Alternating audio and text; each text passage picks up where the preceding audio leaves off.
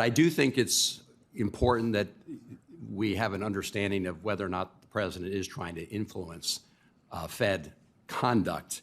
I know you were asked recently at your last press conference about any communications with the president. I think your response was, on the president, I don't have anything for you.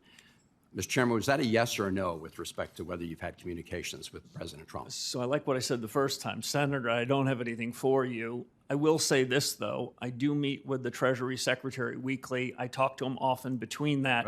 Mr. Chairman, I just want to make sure I'll make my own decisions as monetary policy. I just want to understand the answer. Have you or have you not had communications with President Trump since you took this position? I just don't want to be in the business of sharing discussions that the president and I have. Okay. I will tell you what I've said to the president repeatedly and said to the Treasury Secretary. They chose an independent guy to do an independent job, and that's exactly what I plan on doing. Okay. And I'd like to think over the last 7 weeks, given the decisions we've made and the things we've done, that it's not just words, it's actions now to start to demonstrate that. So Mr. Chairman, I mean, I think it's important. I take from your answer you've had communications. You don't want to disclose the content. Will you commit to do what your predecessor did, which was to release your appointment schedule and conversations with President Trump?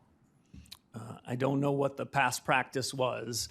I will be in full compliance with the law. As I understand it, there's an ongoing FOIA request on my calendar, and I will share it consistent with the law. Well, I believe the first one's already come out. I think this was this wasn't in response to any legal requirement forced by FOIA. It was a question of transparency, and I do think, given the president's past record of trying to influence Fed behavior via social media, with respect to your predecessor, if he's trying to influence Fed behavior through private conversations with you, I think that needs to be something the public is aware of. And I'm asking you whether you will commit to disclosing when you have conversations with the President of the United States. Senator, I can offer you this assurance. The President has not, before I took this office, before I raised my right hand, he has not tried to influence the conduct of monetary policy.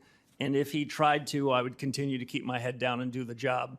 I don't have a long record, but I've got a 7-week record. And before that, I had a 25-year record. And I think that should count for something.